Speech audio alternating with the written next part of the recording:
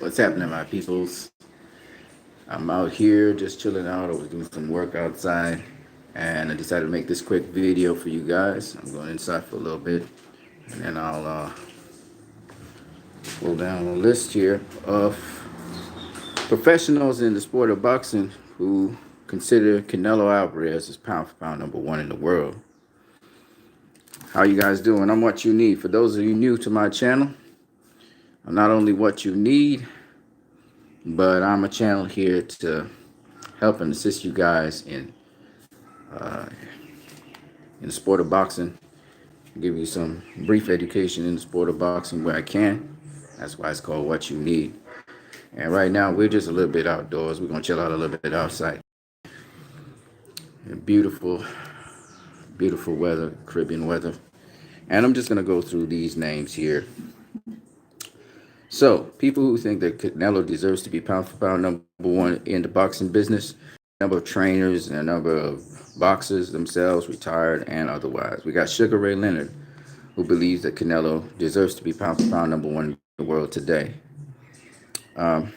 Ricky Nunez from Goose and Jim, he thinks that Canelo is right now pound for pound number one in the world. The great Roberto Duran believes that Canelo Alvarez is pound for pound number one in the world. Sports writer Dan Raphael and former retired legendary boxer Timothy Bradley both believe that Canelo is right now at this point in time pound for pound number one in the world. Abner Mares, not the biggest Canelo fan, and he criticizes Canelo, but he also believes that Canelo is pound for pound number one in the world. Showbiz the adult, he's been saying this since Canelo beat Triple G, who was considered by ESPN pound for pound number one in the world.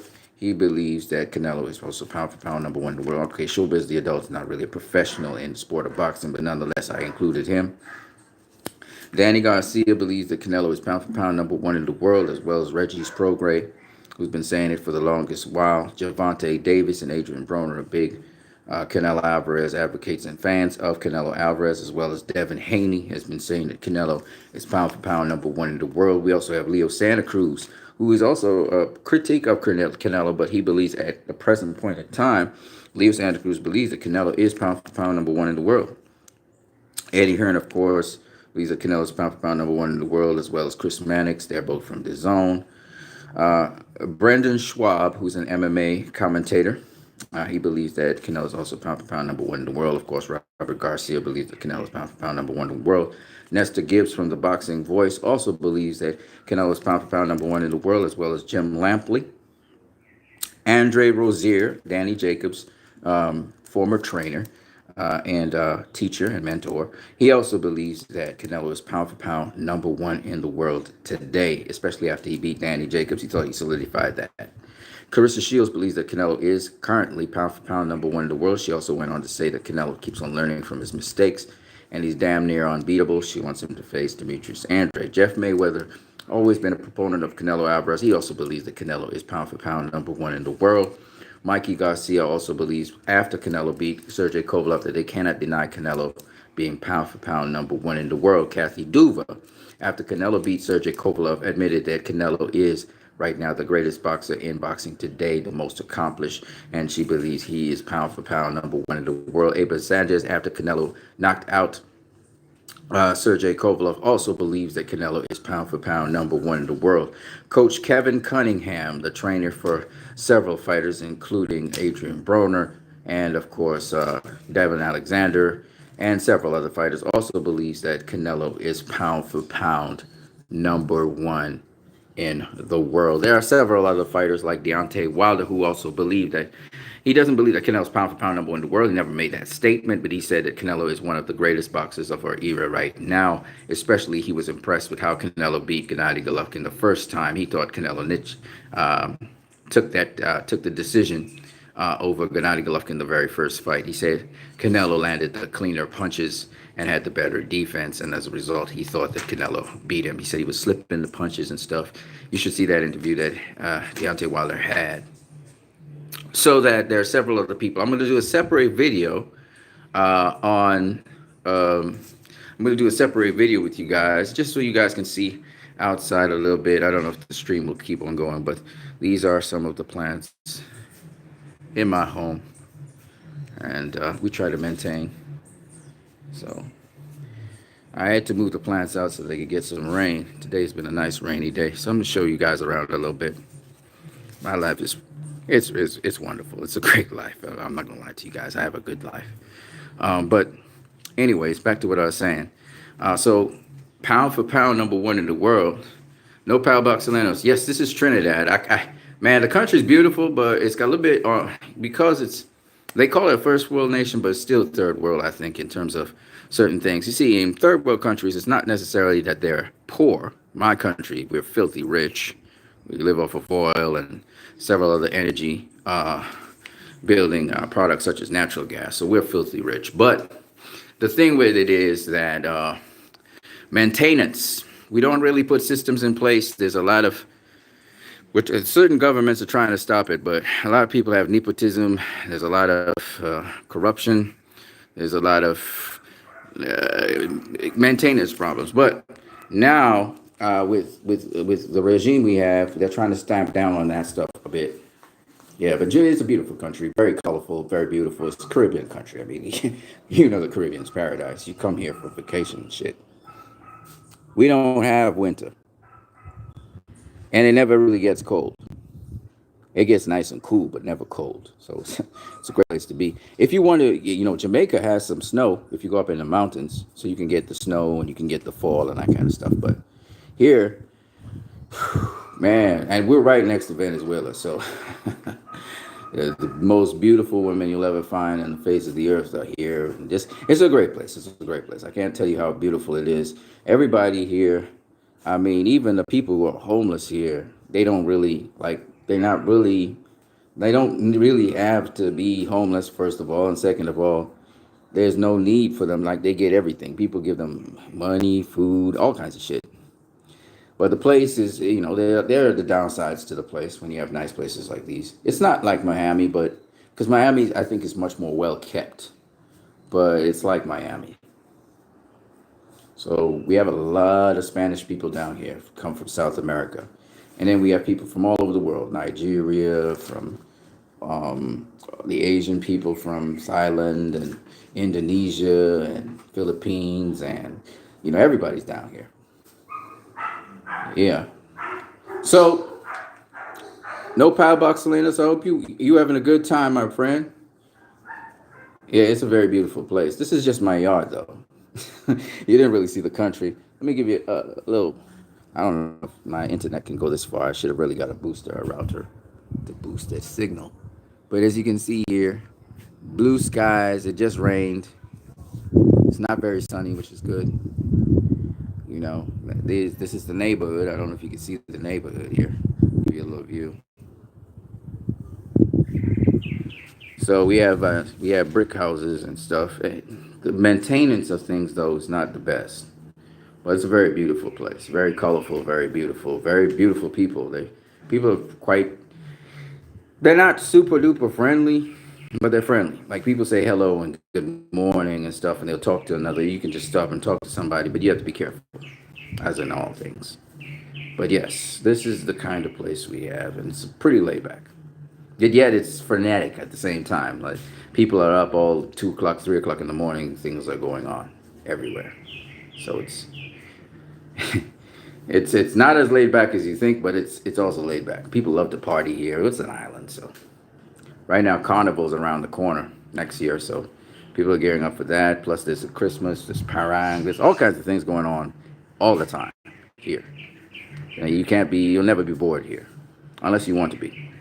I mean, it's your speed. If you like being laid back by yourself, just chill in the suburbs, we can have that. Or you can have just frenetic activity. Yeah. So that's my country. Okay. So I mentioned all these people who say that Canelo is pound for pound number one in the world. A lot of people were talking about the face of boxing as well. There's a dispute about Canelo being the face of boxing. I think Ali Sekbak put that to rest as well. But again, Canelo's the face of boxing at present. This is just what it is. People are trying to talk about Deontay Wilder. He's now emerging. He's now emerging. You can't compare Deontay Wilder and Gervonta Davis to Canelo. They're trying to talk about ticket sales and stuff. I don't know why fans are like that. They go with their own bias, and they just when you don't like somebody, you're gonna go with your own bias and stuff. But at the end of the day, um, you got to understand that he ain't black. Canelo's not black, but he ain't white. Okay. He beat Gennady Golovkin, and he beat Danny Jacobs, and he beat Arislandi Lara, and he beat Alfredo Angulo, and he beat. You get what I'm saying? Canelo's a guy who beats guy. If you were in the camp of Angulo, Mexican fighter, come forward fighter, and Canelo goes and tags him up. Eventually, they had to stop the fight. He didn't knock him down or anything, but they had to stop the fight, right? For the Mexicans who like that come forward, brawling style, and Canelo just beat up that fighter, they'd be like, man, because Angulo just, he almost stopped Arislandi Lara, right? He was coming off of that win. So I can get why people don't like, the Mexicans are like, he not a true Mexican, because he don't always do that, right? And then Canelo comes, everybody talking about Triple G. Triple G's the rave. Yes, Triple G did come off a tough fight with Danny Jacobs, but he got a lot of time before he got the Canelo fight, right? In between the Danny Jacobs fight, he got the Canelo fight, and then Canelo goes and outboxes him and makes him look stupid. And everybody's expecting Triple G to knock out Canelo. And in the 10th round, Canelo hurts Triple G, right? And everybody's like, fuck. And I remember the fan reaction to that shit. It was really funny. They're like, Canelo gonna knock out Triple G. It was like, because the fans expected Triple G to beat up Canelo because he was supposedly ducking Triple G, right? Everybody said that he gave him his WBC title because he's ducking Triple G, right? Well, he always wanted to face Triple G, right? He outboxes Triple G, and guess what, folks? Guess what? Guess what they give him? A draw. They give Canelo a draw. Now, nobody says nothing. Everybody goes in on Adelaide Bird because her scorecard is different to the other people's scorecard. But Jeff Mayweather, myself, and several other people who understand boxing know Canelo outboxed that dude. That dude wasn't touching him. Later on in the fight, he touched him, and then Canelo came back in the 11th and 12th and settled that down and said, hey, motherfucker, you ain't doing that to me. Even though I'm tired, you ain't doing that to me. You know what I'm saying? And it's amazing. It's just amazing, but it is what it is, right? So the Triple G fans, they got mad. And then Triple G got a second fight, and Canelo came and they walked his ass down and was tagging his ass up. And because Triple G came back strong in the 11th, everybody, not so much the 12th, the 11th, he came back strong, and then Canelo didn't have it. He was like, you ain't even taking a step forward. I'm going to walk you down in the 12th. He knew he couldn't stop him, but he walked him down, though. And it was like, I'm going to completely dominate you. And then he finally gets a split decision win. You see what I'm saying? Because, you see, this Triple G bias was so strong. It was so strong. If Canelo, listen, man, if Canelo wasn't able, if he boxed Triple G the first, like how he did in the first fight, which he clearly beat Triple G more in the first fight than the second. If he had boxed Triple G and how he did in the first fight, they would have said he lost and Triple G would have gotten the win because of the bias for Triple G. Now we're seeing the truth about Triple G from Derevyanchenko, but it took Danny Jacobs, who beat Triple G, but he got dropped. It took Canelo 2 fights for people to be convinced that Canelo beat Triple G. And still, even after the second fight, they were saying it was a draw or Triple G won that fight. Derevyanchenko straight up beat Triple G, and still people are making excuses about Triple G winning and getting the nod.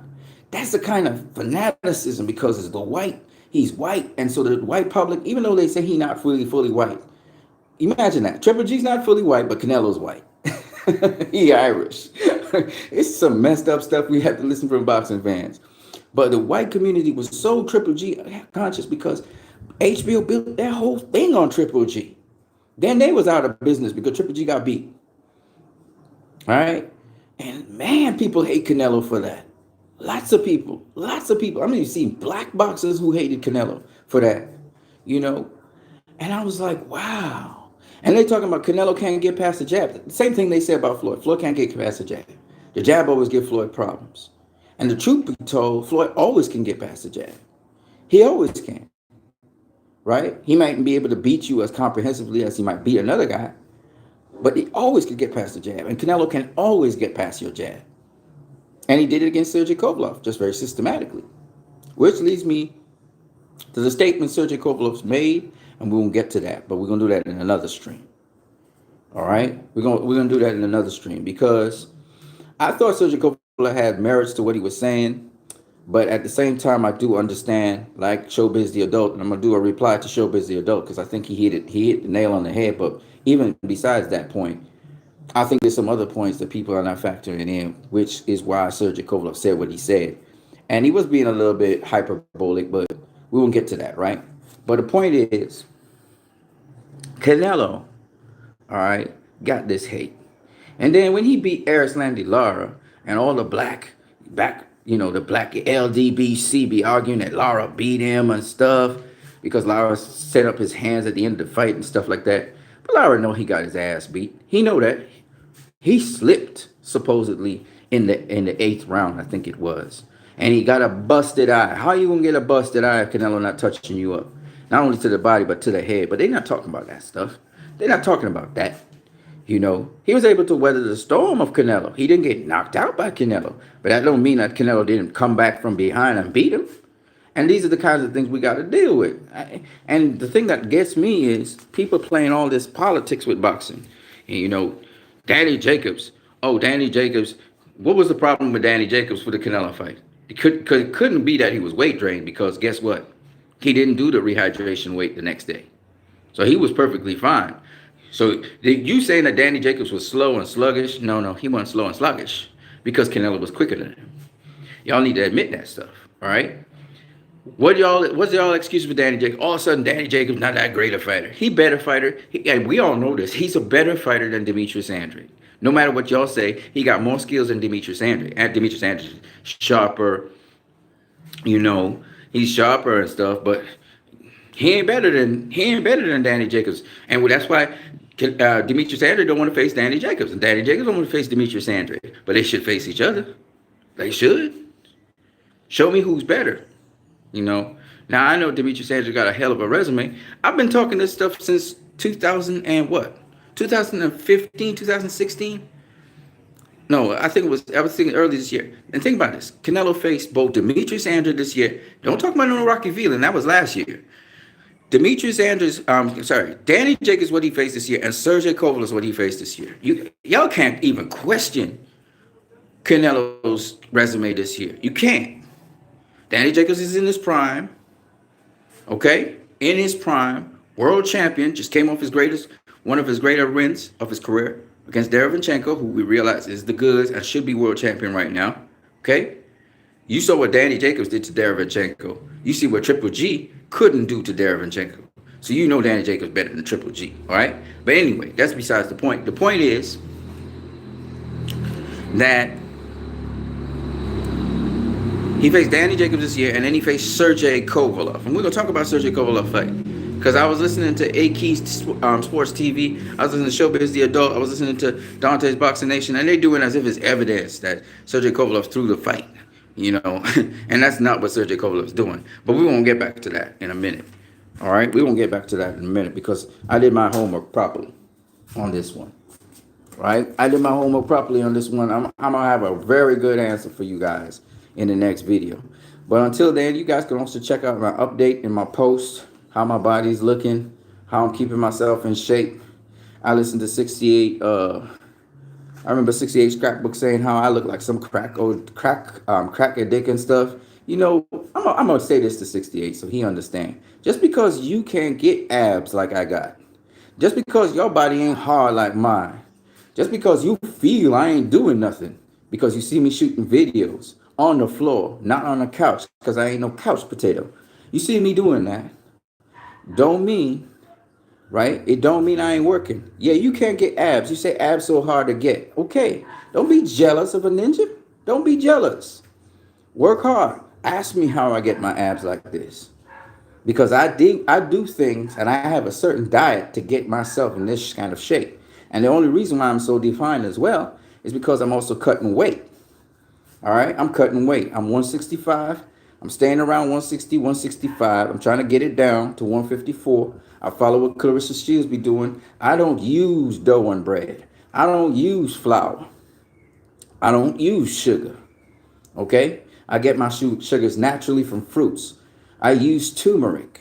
Okay?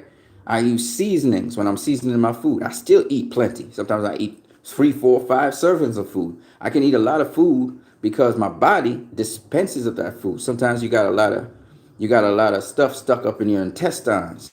You got a lot of food stuck up in your intestines. You don't even know it. So you got a gut. But when you remove all that food from your gut's going to sink in. And I'm saying this not to target anybody or talk anybody bad, because I don't have time for that. I'm saying that just because you might see me and I look in shape and my hair might look like it's growing out, and I don't mind having my hair grow out. Anytime I want to cut it, I can cut it. I don't feel like cutting it. I feel like leaving it growing out for now, because I'm working on several other projects as well, and I'm a big grown ass man. So why not? I'm gonna leave it to grow a little bit. And whether or not you like that or not is not my issue. My thing is, I ain't really dressing up for you like that. So at the end of the day, I grow my hair out, but don't get it twisted, Ninja. I'm very organized when it comes to getting things done, as you can see in my environment and so on. But I pay attention to what people be saying. They don't know that what they're saying is they have no idea who I am. You have no idea who I am. You have no idea what I'm about. You might do your little exercise routines and stuff, and that's cool with the boxing stuff, and I like that.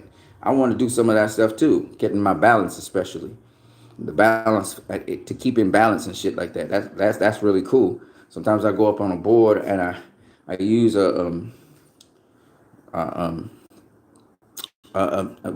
stone, one of those stones, to anchor yourself, a circular one to one of these. Okay, to anchor yourself. But I do different things to keep myself in shape, to keep myself ready. At 44 years old, I can get up right now without having to stretch and sprint. Sprint for I can sprint for a good 10 minutes straight. 10 minutes straight I can sprint for. And that shit, I don't know if you could do, but I can do that shit. Okay? And I literally, my sprint is a control sprint, of course, but I could sprint for 10 minutes straight. And I'm not no fucking treadmill. I'm talking about on the road, doing road work. I don't know how many people could do that shit.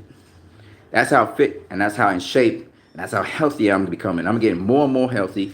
I'm getting a night's sleep. I finally cycled into the day-night routine. Still got little problems. Still got little stomach problems in between too. But shit, I've never been this healthy in my life, and I've been younger than this. This is the best times of my life, and I'm 44 years old, ladies and gentlemen. But you got to take it calculated. You have to take your time with doing things.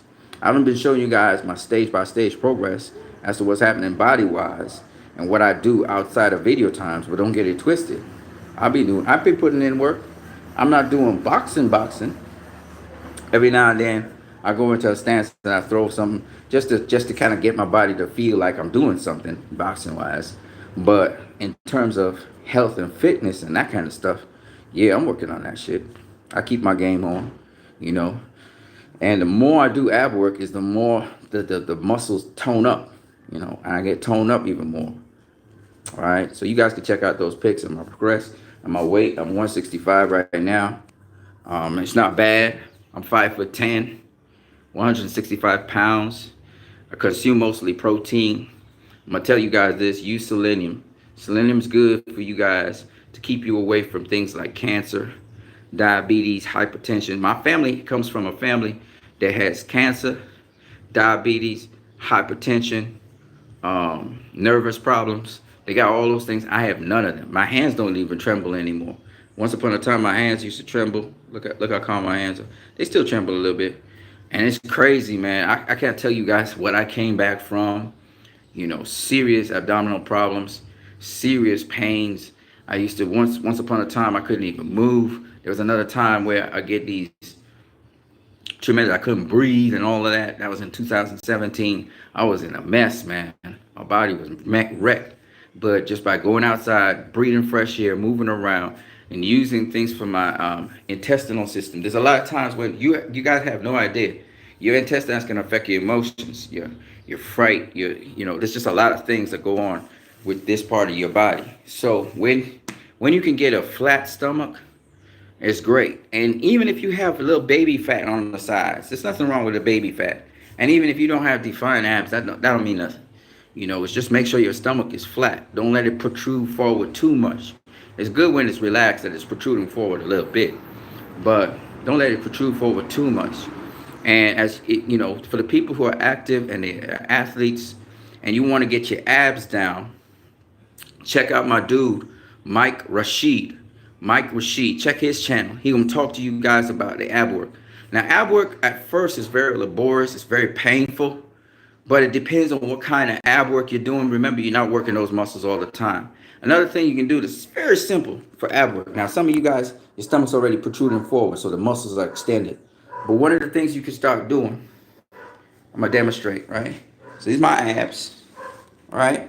So what you can do is just squeeze them a little bit and let go. Squeeze them a little bit and let go. It's a simple little exercise you can do as you're moving along during the day. Don't do it all the time, because then it'll be bad on you, because you have to breathe and stuff. But just every now and then as you're walking around, you just squeeze them a little bit. What it does is it keeps the stomach from falling down and collapsing into, all right, have a good day. It keeps your stomach from collapsing downwards and your colon from falling in. See, falling down here below. So what you're doing is you're tightening up. You tighten up the base of your colon. See, you're tightening up like this. See. So, and athletes, their stomachs stay in because, one, they constantly moving. You see, they're constantly moving, and you got to have a strong core, right? Eventually, all you have to do is just repetition. You're doing exercises sometimes. Of course, you can do new exercises as well. Let me go inside for a minute there. You do new exercises. It also work your body in a very productive sort of way. So I'm just saying these things for you guys. So your health and fitness, of course, boxing is great, because whether you guys critique my boxing or not, which is good also, I like to know that. Me, I like to just get into my stance sometimes. Just sit in my stance. It might be the wrong stance to sit into. I sit into my stance, right? Just to feel the strength of the stance. Because sometimes your stance is not the greatest, right? In martial arts, my stance was this. Okay? This was my martial arts stance. But in boxing, it's a little bit different. Okay? Your feet are in a different plane to your upper body. So that your upper body, when it goes in line with your feet, looks something like this. All right? Sometimes I have the ball. You got to sometimes stay off the ball. You have to be on the balls of your feet, or sometimes, so you're kind of always ready, All right? So sometimes I just go into a stance, or I go into another stance. This is another stance I have. It's not the strongest stance in the world. I don't have a strong stance yet. But the point is that, I just go into it. Make sure I bend my knees. I bend my knees and I'm right there, I just to get there, and if, see, I'm constantly pivoting. I can't help that.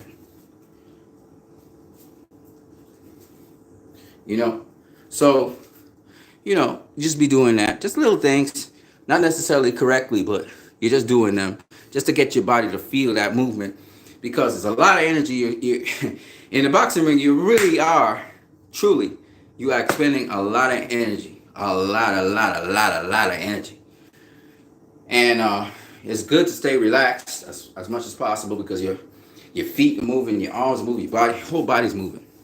It's great, though. So, yeah. I'm going to go on to another video. Let me see what you guys are saying in the chat before I move on. No Pal Boxalina says, is that Trinidad? Sorry for the question, but how do you end up in Trinidad? I was born here. I was born in Trinidad. It's my home country. No Pal Boxalina says, GGG fanaticism was at an all-time high. Yeah, man. Yeah, for sure. I think that's the problem. No Pal Boxalina says, I've noticed 68 has an inferiority complex. He wishes he was an American. I don't think he thinks so. He just uses that sometimes. He does enjoy the American music, amongst other things. Classical and stuff. No, I don't think he has an inferiority complex.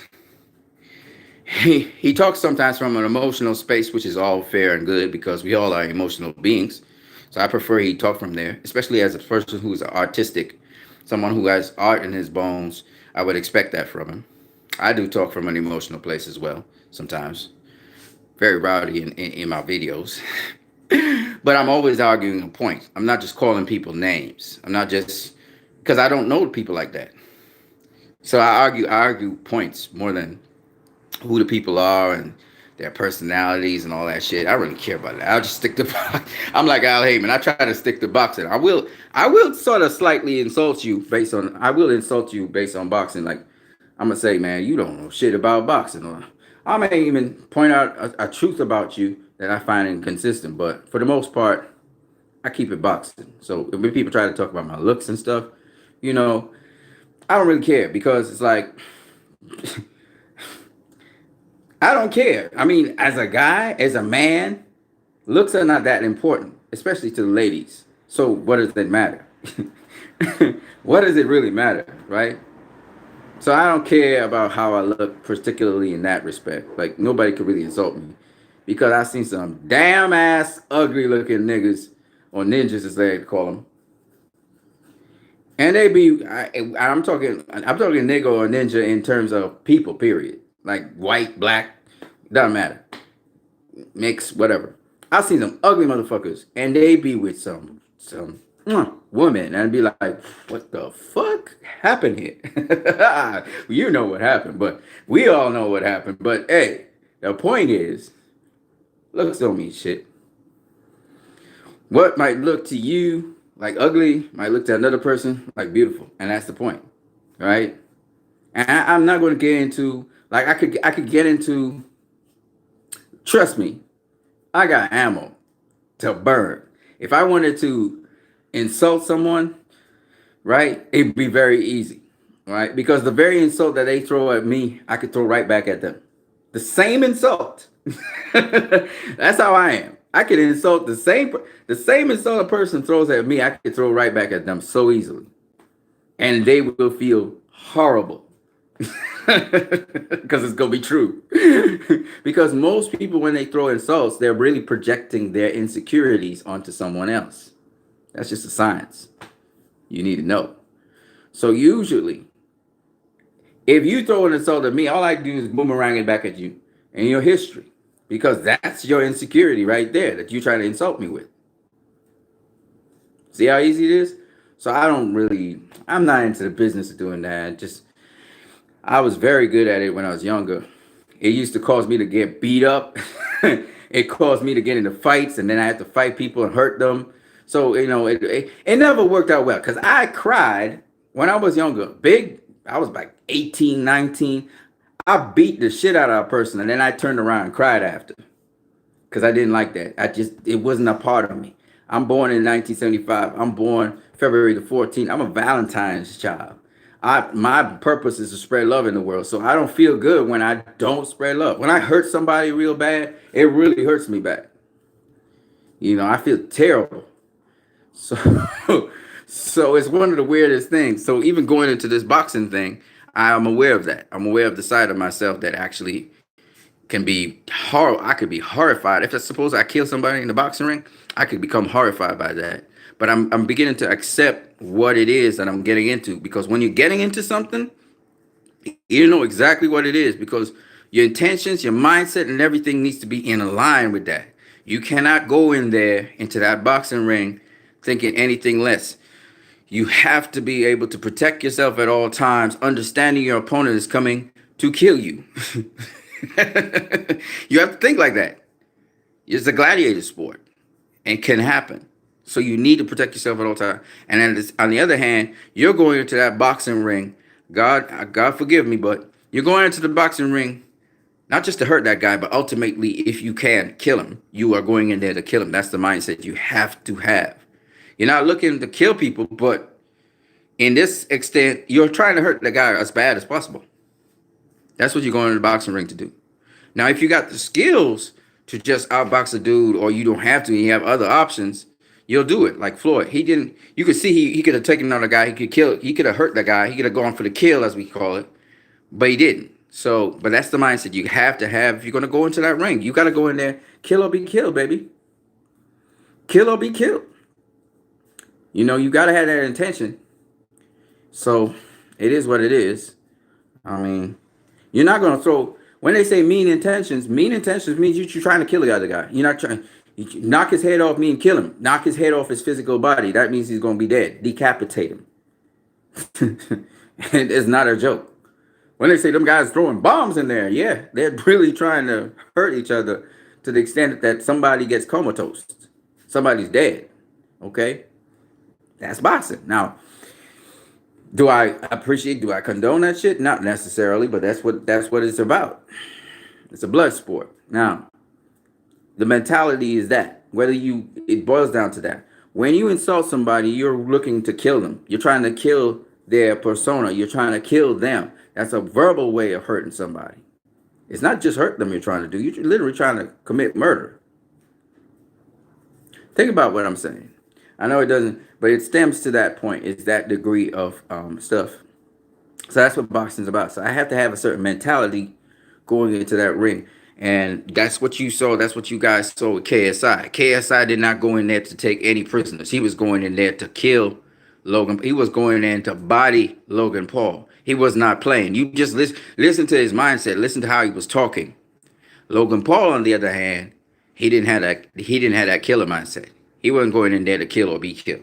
He had good technical skills, but once KSI started putting hands on him, he backed off. He was not interested. He caught KSI with a punch, and then he started to punk his ass. He tried to punk hit him because he knew he wasn't going to get that opportunity after that. So that's where Logan Paul lost that fight. KSI had the right mindset going into that fight. He was looking to kill. He was going to body Logan Paul. If he had to die in that ring, he was going to die. And that's the other thing. When you're going into that ring, you hear Floyd say, what is going to be is going to be. Yeah, the mindset is, if I get killed in the ring, I get killed in the ring. It's kill or be killed. And these guys are willing to die in that ring. That's how extreme it is. That's the kind of sport you're talking about. And it's not a game when you're going in there to fight. It's not a game. So, the guy who killed Patrick Day, he was very regretful. But that's what he went in there to do. When he was throwing his punches, he was not thinking, when you're throwing punches, you're not thinking about, okay, so hopefully he get back up. You're trying to get the guy to get back up from the punch. You hitting him a home run so that he won't get back up. You want him to stay down as long as possible. And if he stays down indefinitely, well, it's too bad. And that's what happened with Patrick Day. Dude didn't understand what he was going into. This is a sport where people die. Not as regularly as before, but they do die. Okay? It's a very dangerous sport. Protect yourself at all times. Come in the best shape you possibly can, because you may not leave that ring alive and conscious. It's very serious. Especially without headgear. No Power Boxer says, I drink too much Corona for that. Brother, you gotta make a decision. You gotta make a decision if the Corona is worth it. All them empty carbs, bro.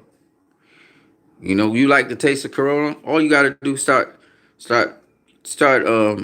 Just think in your mind about what you want to do. Just start with it's the birthing of the thought. What do you want to do? You want to keep on drinking Corona or not? It doesn't matter. Just you have to make a decision in your mind. If you want to trade in the Corona for just, for a little bit more out of your life. Maybe to do a little bit more stuff. Maybe to get a little bit more healthy. Maybe it's just, or if you're satisfied with it, well, that's cool. But once you make that decision, it don't matter how much Corona after that you drink.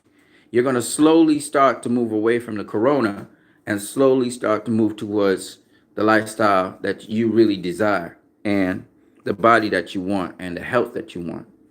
But you have to make that decision. I don't expect you to give up Corona tomorrow because of that. You're going to drink it still. But as you start to make movements in the direction that you want to move, you'll find yourself, there's lots of things I'm still giving up. Lots of things I'm a sweet tooth, so I love sugar. So I find myself supplementing the sugar with foods that are naturally sweet. so that I don't be all down the road with sugar. And if even if I binge on sweet stuff, it's a fruit or something, or even if it's a food that is not sweetened by sugar, you know, and it don't really make a difference because it's still gonna concentrate my blood. So it really is still I have to dial down and the eating of certain things. But I'll tell you this though, when I dial up on water and I dial up on the foods that I'm supposed to eat, it's less of that stuff I'm going to eat because I don't have enough space to eat that stuff. So it's all about not just avoiding the things that you don't want to do, but also including the things that kind of supplement the things that you don't want to do. You got to have something replacing it. Otherwise, you're going to be in problems. I know, man. I know. I have habits and practices which are just not what I want in my life. And I've been slowly tapering them off as I start to do the right things. And it's going to affect my health and everything. So it's good. Anyway, peoples, man, this video was pretty long, but it was just to show you the number of people professionally who consider Canelo Alvarez at this point in time pound for pound number one in the world. We're going to talk some more about stuff. I was able to throw in a little bit of healthcare and a little bit about fitness, and just being fit and healthy is good. Keep yourself active as well. I'm going to catch you guys later. I'm on to the next video. You guys have a good one. Peace.